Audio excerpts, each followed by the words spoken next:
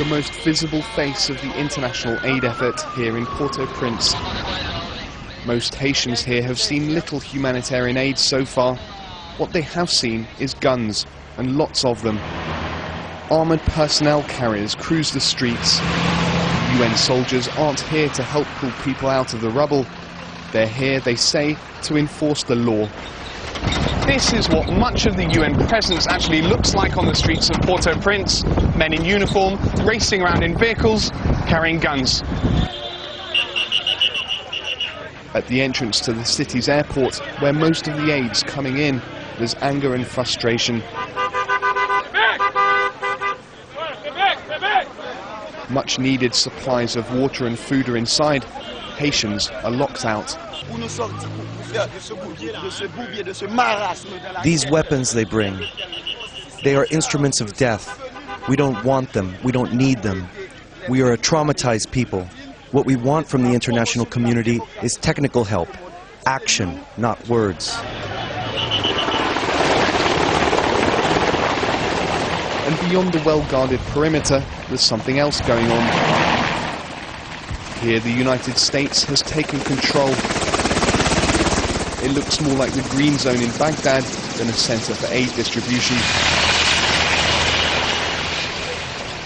Heavily armed US forces patrol the entrances. Even within the airport, these soldiers are never without weapons. There are several thousand on the ground already, and that number's expected to grow.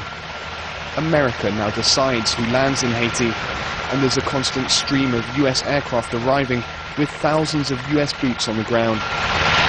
Meanwhile, aid flights from other nations are being turned back. 2 Mexican aircraft with vital life-saving equipment were told they couldn't land on Saturday. But we don't need soldiers as such. You know, there's no war here. Patrice Elie is the former Haitian defense minister. He's concerned with the way the Americans have taken over the relief effort. The choice of what lands and what doesn't land should, the priorities of the flight should be determined by the Haitians. So otherwise, it's a takeover, and what might happen is that the need of Haitians are not taken into account, but only either the way a foreign country defines the need of Haiti or try to push its own agenda.